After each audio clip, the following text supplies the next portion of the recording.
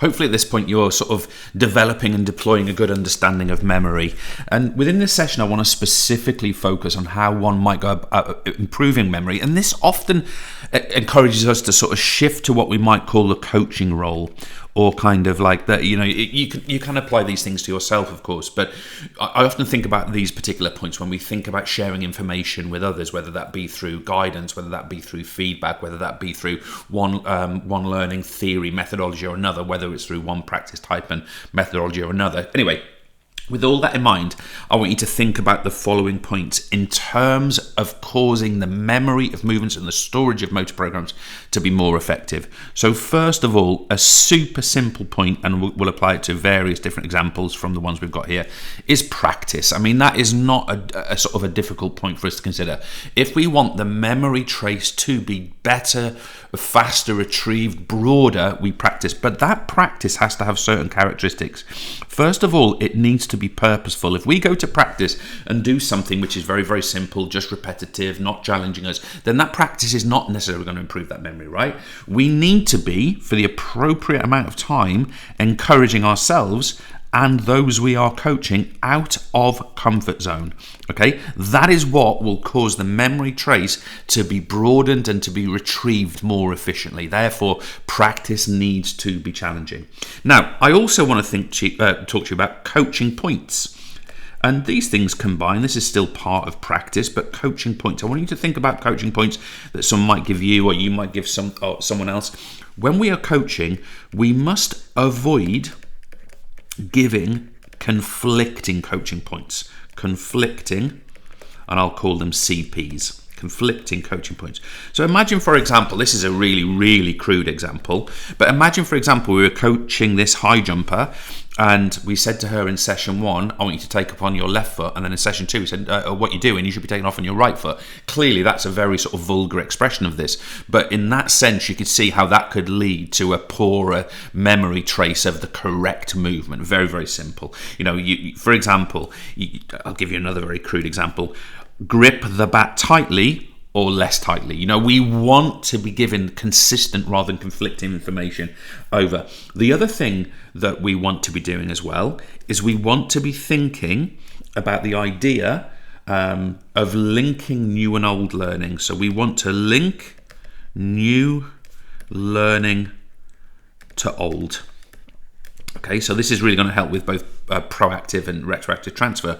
But for example, when we are making coaching points, we're not just saying hold the hands here, put the feet there, head position this, trunk rotation this, breathing that. No, we're saying, right, what I want you to do is I taught this is diving, but let me think about swimming.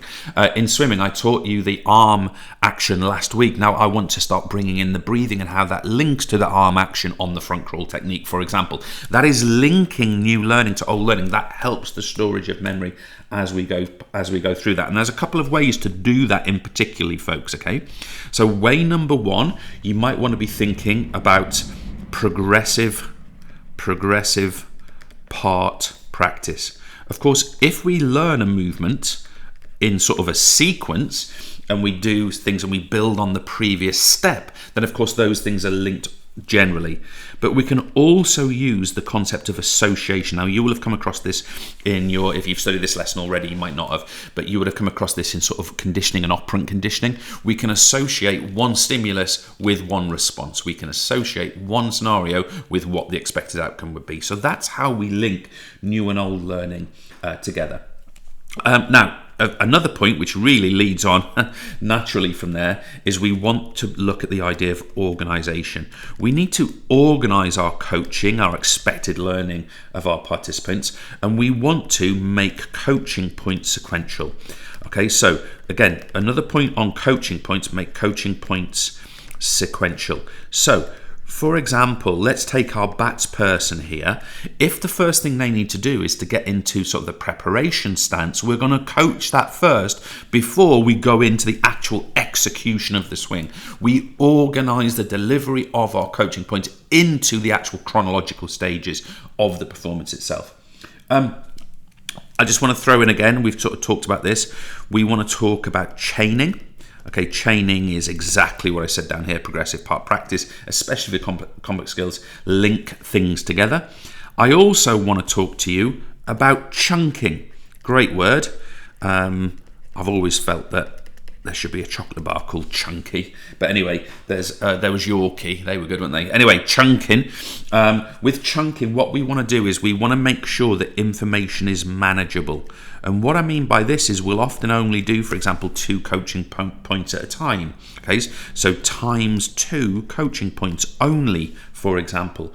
We also want to be able to, for example, coach the specific subroutines of a skill so that those things are in chunks. Finally, folks, and I've only left myself a little bit of space, we want to use visual aids. Visual aids help memory. Okay, that could be a demonstration, it could be a video, it could be a chart, it could be an image, all kinds of reminders. But one thing we know about memory is if something's described to us and it's also seen, it tends to be retained better. It's actually something called dual coding theory. We're not going to get into it here. And finally, folks, remember, am I going to put this? I'll put it down here. Remember that mental rehearsal, imagining the practicing of a skill is really effective. And the reason that's effective is because to the subconscious, there is no distinction between the imagined reality and actual reality. So if we imagine an effective practice environment, as far as our subconscious is concerned, that actually happened. So we have a whole series of ways that we can present and consider information there to make the likelihood of the memory being broader of the movement, the memory of the movement being broader, but also, so we want that to be broader, but we also want it to be retrieved faster. Okay, and of course, when we think about retrieve faster, this now links on to information processing reaction time. Thanks for listening.